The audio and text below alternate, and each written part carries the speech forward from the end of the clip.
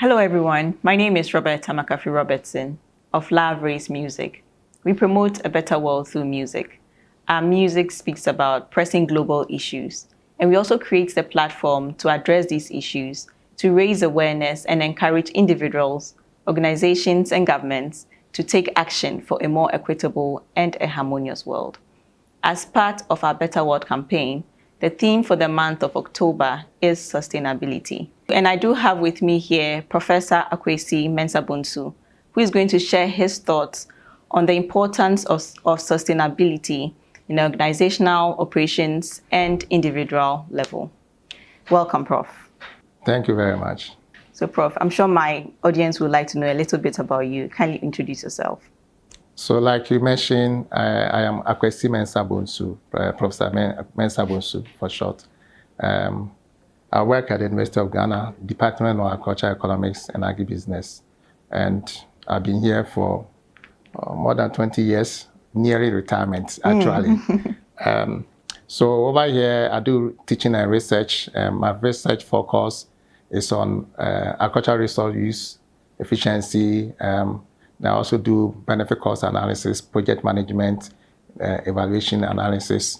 Then in recent times, I've been focused on value chain analysis because it's the catchy one now. Yeah, thank you. Yeah, thank you.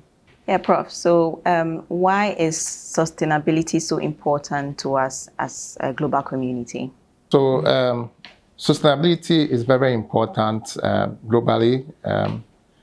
And nationally and even at the individual and local level is very, very important because it's about the resources that we have and the use of those resources. And therefore, since we'll be continuing to use those resources or we want the resources to be available for us for use in future, it means we have to ensure that we maintain its use. How do we maintain that? We have to find efficient way of using all these resources. So that tomorrow it will be available, in the future it will still be available for us for our use. Otherwise, if we don't use them well, then they will get depleted and therefore they will not be available for use again. So sustainability is very, very important.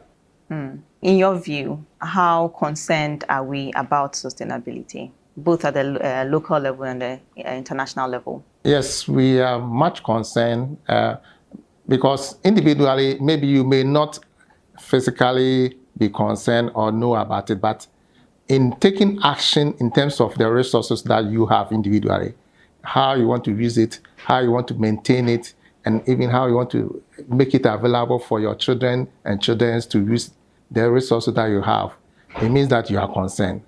But normally individuals are concerned only about their resources. So if there's no collective action, then that's where the mess starts falling in, because I want to maintain my resources, but I'm not concerned about the resources of other people. If my resources have negative effect on other areas, then maybe I may not be concerned. And that's where we have to take collective action to ensure that how individually you make use of our resources is such a way that it doesn't have any negative effect on other users or other environment. Otherwise, then it becomes a multiple from nation then to the global effect. Okay, so how a nation make use of its resources is of essence or importance to the whole world, because they know that they depend on you for some products of your resources. And therefore, if you don't make effective use of those resources, in future, you may not have access to them. They may also not have access of the benefit of that resources. So that's why it multiplies to the global level, from local to national. Then globally, we should be concerned about our environment and the use of the resources that we have, so that they become available for use over and over and over again. Otherwise, it becomes unsustainable for our use. Okay. What are the dangers carrying on with unsustainable organizational operations and individual lifestyle? Oh, there are a lot of dangers. Like I said, if, for example, assuming I am a farmer and I produce maize or rice on the field and I make use of fertilizer, and I'm not concerned about how the excess fertilizer, because the fertilizer will drain And if there are water bodies, it will drain into those water bodies. But my concern is to get fertilizer to all my food. The maize have done very well, have harvested them. But the waste from my food becomes an issue to a third person. Okay. And therefore, collectively, we have to be concerned so that your use of fertilizer on your food to produce maize for all of us doesn't lead to polluting our water bodies, so that we cannot have good water for our use. Okay, so we should be concerned as a nation, as a society, and that's why globally we are concerned about the use of our resources, our natural resources, our renewable natural resources, and those that cannot be renewed. Every resources, we should be concerned about how it is used, so that it can be used over and over again, and when we can sustain them or manage them gradually so that we don't misuse them. So we should be concerned, actually. It's of great concern to us. So, Prof, what are some of the direct impact of some of the unsustainable activities by organizations or individuals on the global community? Well, some of the direct impacts is the pollution that we all know. So from agricultural field, we have pollution of water bodies, and therefore it affects life in there. Okay, it affects access to drinking water and other uses. Okay, then also deforestation leading to erosion, and therefore the land becomes bare, and therefore fertility goes down, and that's why we need how to use more agrochemicals or fertilizer, in particularly on the fields. In the other field, like manufacturing sector, the waste that are generated, how to manage them. If it's not well managed, we can have some effects from that. Okay. Otherwise, the pollution, so the gas that goes into the air, heating up the environment, and therefore we have this global temperature rising all over. So these are some of the direct effects that we can think of from misuse of our resources. Okay. How do we then preserve our planet and its resources in a way that the future generation can benefit from?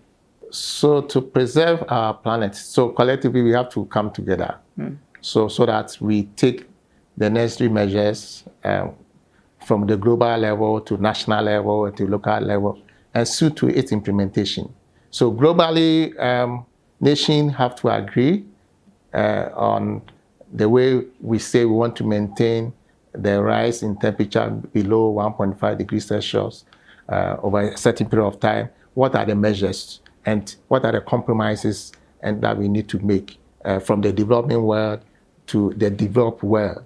What are the compromises? So that when those are formulated and we agree upon, then the compromises will have to come in.